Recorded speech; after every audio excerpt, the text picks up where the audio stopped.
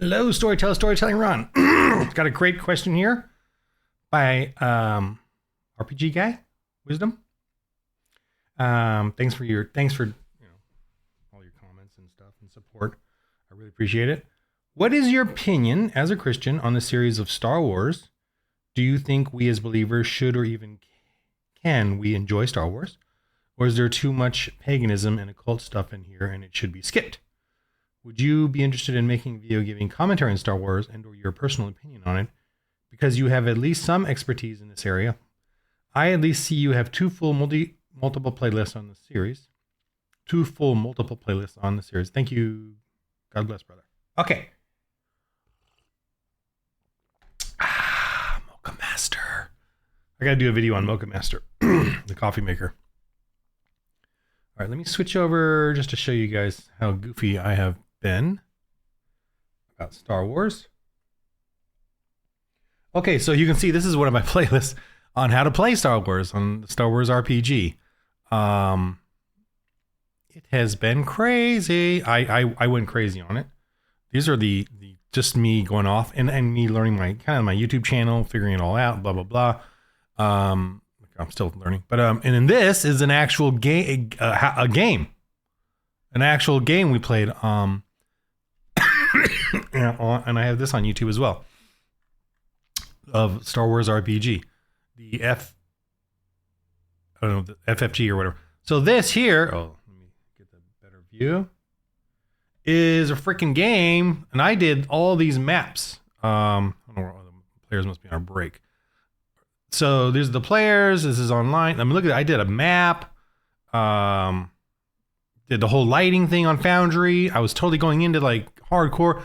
I got all the little Star Wars action figures, found them all online, copy paste, made the little tokens, little printables for all the. I went crazy. I'm going to show you this. This is my folder of all my Star Wars RPG stuff. I went nutsos. I even did audio scores.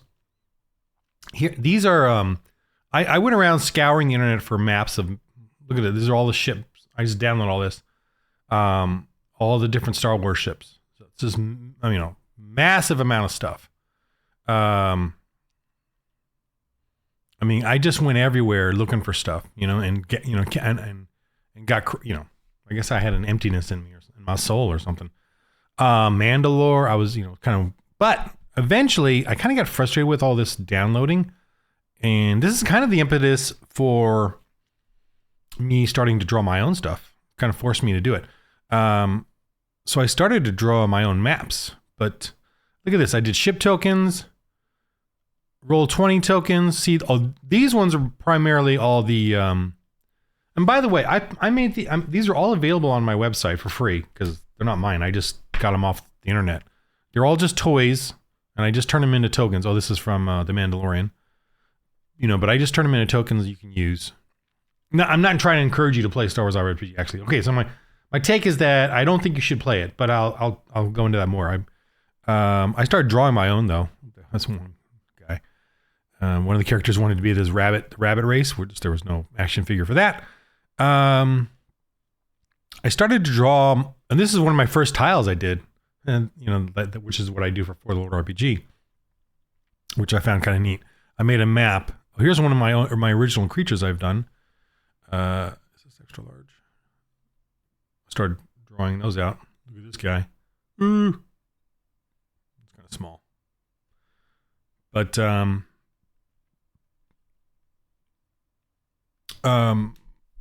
sorry, I just want to show you. I'm going off here. I'm totally showing off. I drew some maps and they were hardcore. Minis and tokens, Kickstarter. I did a Kickstarter which didn't pan out. But I made it look at this. I drew out this whole city, Tatooine town. They had a bunch of adventures in there on that series. Bunch of characters. It was fun. It was definitely a fun, because Star Wars is so rich. It's so full of stories and characters and all that. Where are my maps? They got to be in here. They can't be here. Oh, did they go? Oh, I did my own. So I feel like I must have put them in my own place. Publishing tools? No. Sorry, I'm doing this right. Oh, here we go. Okay, here we go. Geonosis. Where's my freaking Mosnito? This is the. Oh my gosh! Look at this. Look at this. Drew out my own freaking town, colored it and everything. They never got here. They never even got here. And then I broke these apart for my own For the Lord RPG, Christians in Space. I broke out these pieces for my own, but I do black and white. This is the map where I kind of started using those battle map pieces. I made a little dead. Look at this. Freaking did a Jawa crawler thing, the sand crawler. They did a whole adventure in here, inside this guy. I drew that out, and this is like the exterior, and there was like some creatures, you know. It got stuck and attacked and destroyed, whatever, by droids, actually. So I drew, these are all maps that I drew, and they are in, I totally went to Google and did a whole terrain thing, and they, you know, did some terrain maps with Google. This is a Tusken Raider camp on a I forgot what the big beast is that has the crystal, or the lightsaber crystal. Those big dragon things. Kryn dragon, I don't know what it's called. But anyway, I did a whole Tusken Raider map. As you can see there, where's the underground one? This is one that they went to, a little lagoon or underground water reservoir on Tatooine.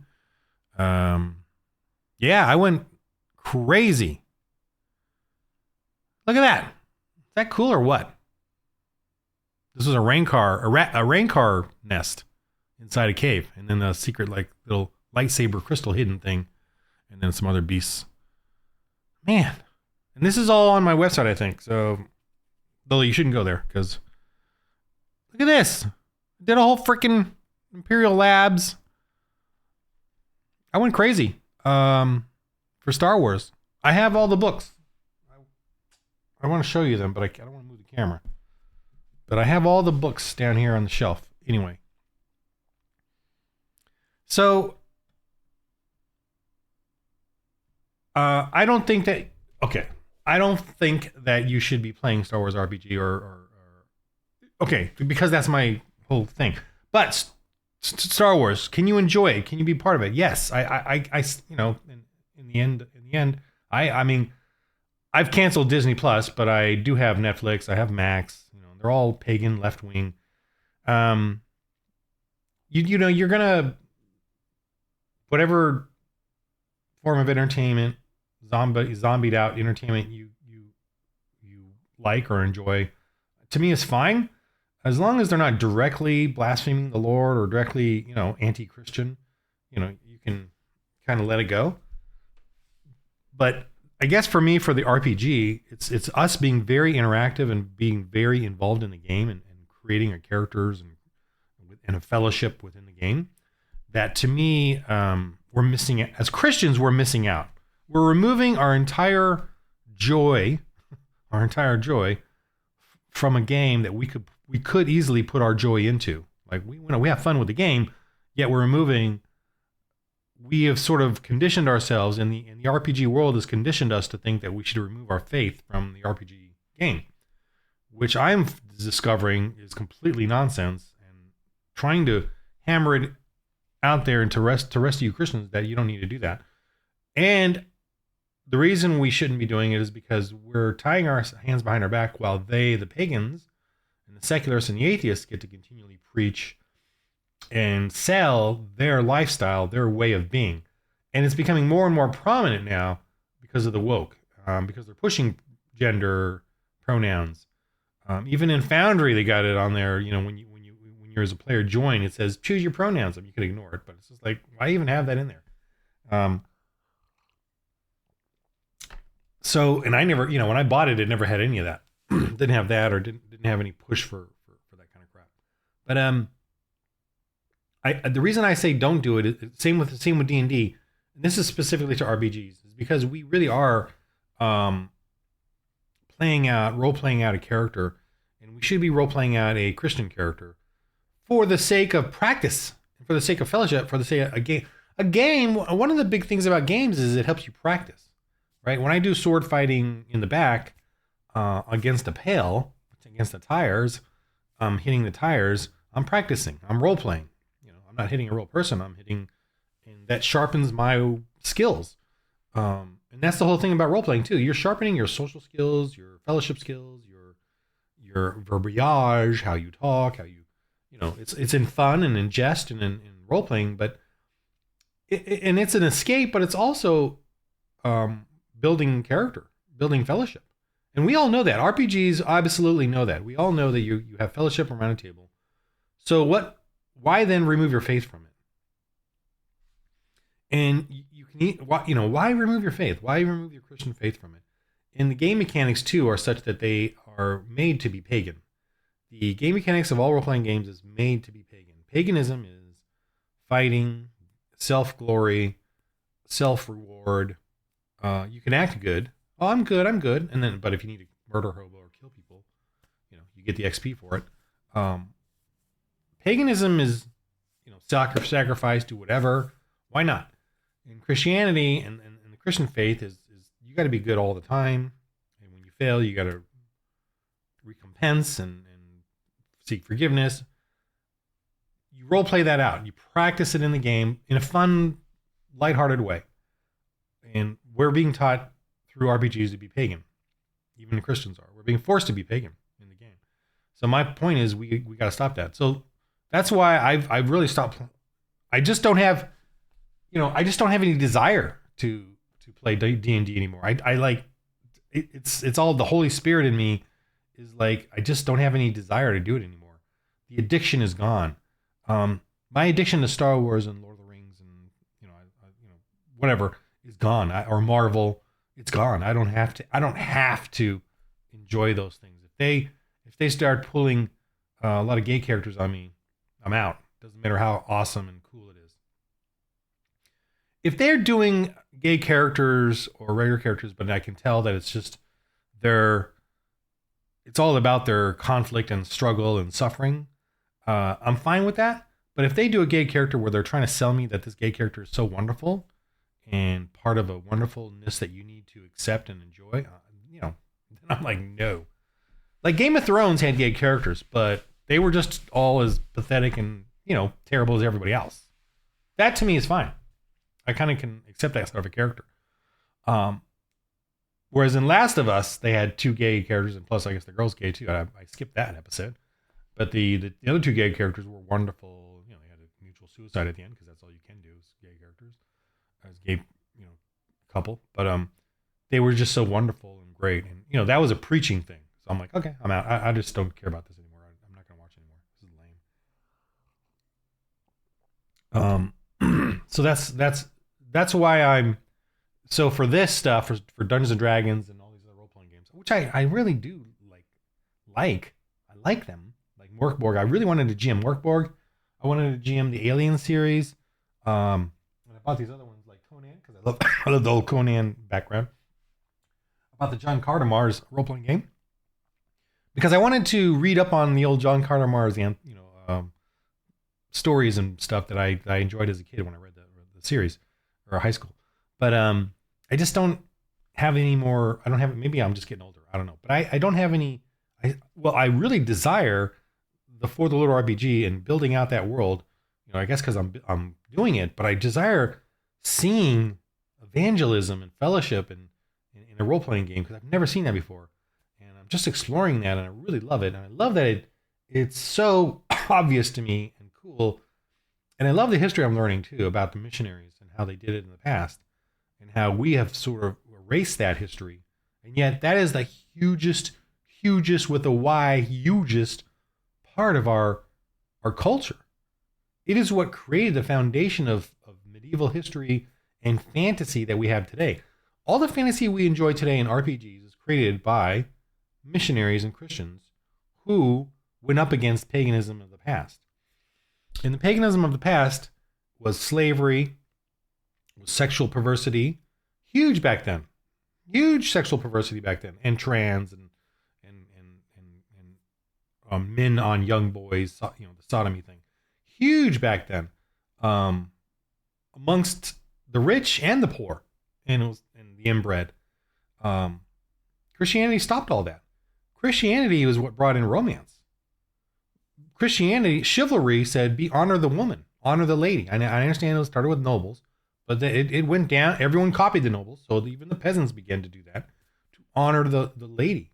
Treat the women as ladies. Treat them with honor.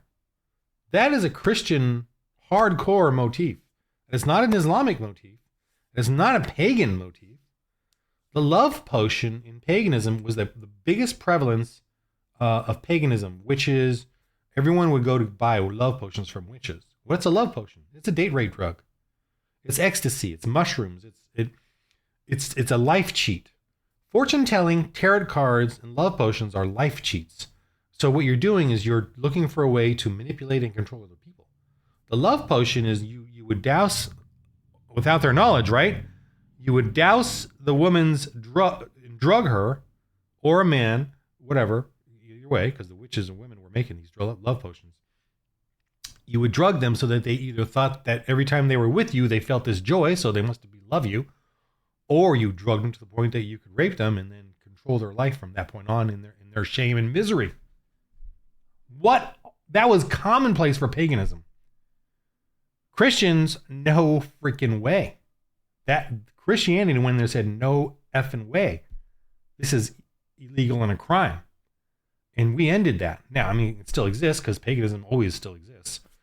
And our hearts are always by default pagan. But we stopped all that. We stopped it as a prevalent thing in culture. Imagine how horrifying that is. You're enslaved to an ugly, disgusting man who drugged you, maybe raped or whatever, shamed you. So now you have to marry him because you're pregnant or whatever. Imagine how disgusting a life in slavery that is for you, because he used a pagan ideology to do that. And that was prevalent.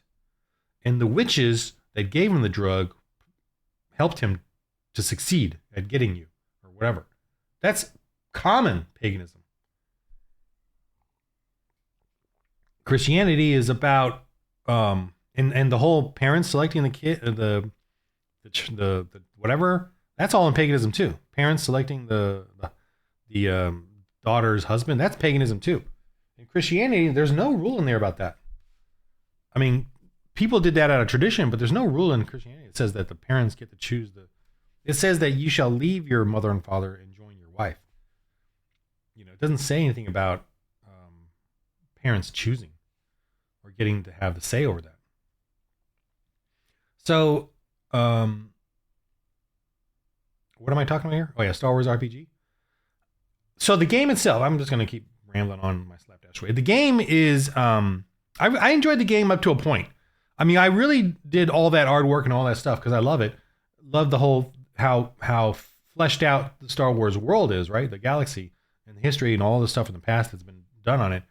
And I like that it's very lighthearted sci-fi. And so my sci-fi, Christian sci-fi, really emulates that type of sci-fi, like the Flash Gordon, the Buck Rogers, that kind of fun sci-fi that Star Wars even copied. And that's the kind of sci-fi I like, swashbuckler type. I don't really like the Star Trek kind. It's okay, but I don't really like it that much. So Christians in Space is going to be like that, or is like that. I'm working on it, and it is like that. I'm building out the universe now. I really appreciate that I'm GMing and the guys that are playing it, because they really can help me and encourage me to keep building up on that and creating artwork and planets and races and all that for them to explore, and for me to explore with them. So that's what I'm doing. What's my point then? So the Star Wars game. I'm totally just going rambling here. Slapdash. The Star Wars game, though, I found it to be fun for a while. It uses the dice pool. I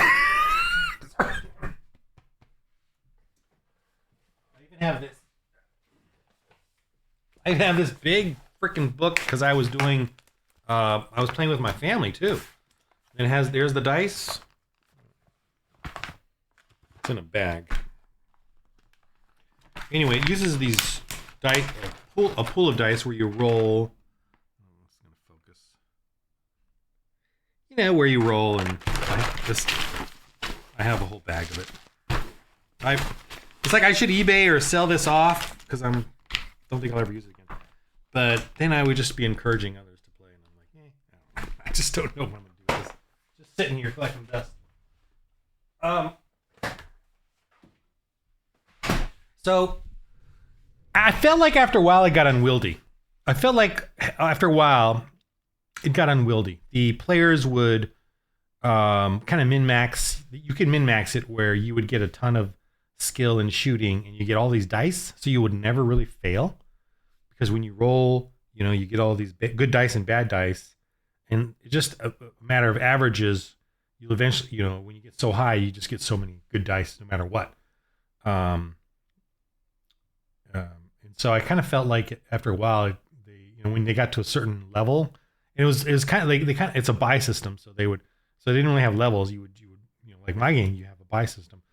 But their buy system is like you would just get to a certain point where you get so many dice in the pool, you're always going to come out with successes over the negatives. And I felt like at that point, some of them were just always constantly succeeding whatever they did. So I kind of felt I could see the writing on the wall as far as like there was limitations on the character development, and I kind of felt that was it. I didn't like that mechanics in the system for the pool dice system, and it was very kind of when you rolled and you only had a few dice, it was pretty easy to quickly see what happened. But again, as they got up higher levels, they were rolling a bunch of dice, so it took a while to figure out all the dice. Whereas I really love when you roll and you get a nat 20 or something, and it's immediate and everyone screams. But I do have the additional die rank, which adds to it, but it doesn't change the nat 20. Well, there was some little extra things that could change it, but doesn't change the actual result, but it adds flavor to it. And for mine, since it's die ranks, when you're at D12 experience on something skill wise, you can still roll a 1. So I like that range. I like that even when you're really good at something, you can roll a 12. So you can get like roll a nat 20 and a 12, 20, 32. Whoa! But you could also roll a nat 20 and a 1. Still a nat 20, but you could roll a 1. So you wouldn't, even when you're really good at something, you would still roll a low number and fail. So I like that. I like that your character can still develop and get really good, but it can still fail at things, just like in life. Okay. So I don't recommend it because I want you to play Christians in Space RPG, and so if let me say remove that in my faith. Let me remove my faith in Jesus from this. Do I recommend Star Wars RPG? I don't like the dice pool system. I don't like it because at some point you get with pretty quickly. I feel like at 7th level, they were already too many dice pools. And if you look online, I don't see that many actual plays of Star Wars RPG anymore. I really got into it though because I just love the amount of information and stuff. And a lot of people play the 5e version of it, which is free. You can get it like PDFs online somewhere. And then there's this one, which I just don't like that pool system, dice pool system. It's neat for a little while. It's gimmicky and neat for a little while, but as a experienced GM, I felt like it was kind of limiting and cumbersome, the dice rolls. So I guess I can't really recommend it in a sense. I would say stay away from it. But if you love Star Wars, I get it. But again, I personally am getting away from Star Wars because it's very woke. It's owned by Disney. I see the writing on the wall concerning it, and I'm not addicted to it. If you want to enjoy it, and that's fine. But don't be addicted to it. Don't allow. Hopefully, the Holy Spirit will give you the freedom. But I'm trying to offer you a choice as far as a role playing game, and I would love to see this as a series. Someone take it and run with it as far as making an animated show or graphic comic book or whatever. Like the premise of evangelism as adventure, where anything can go wrong. Anything can happen, but you're evangelizing nonetheless.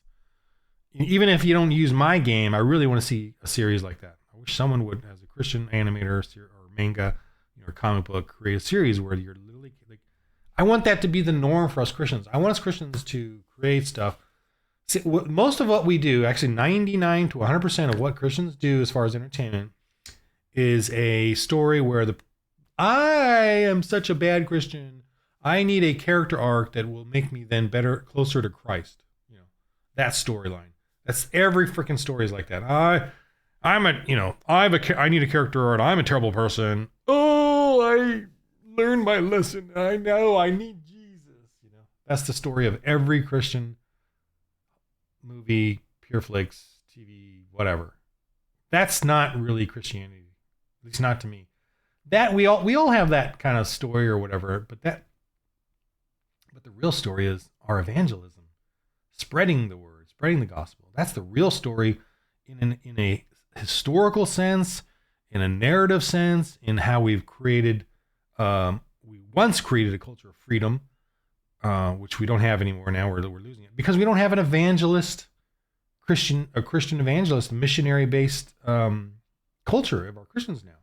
Our Christians now are very internalizing, it seems. You know, I mean, statistically speaking, we seem to be internalizing our Christian faith in our own little character arc. I need a character arc. You know, I'm being very facetious here, but it's kind of annoying. I'm like, I do get a little annoyed by Christians who say their journey, their faith, their need, their prayers, their prayers are answered. I'm like, I don't care if your prayers are answered. What have you done for the Lord? What do you like?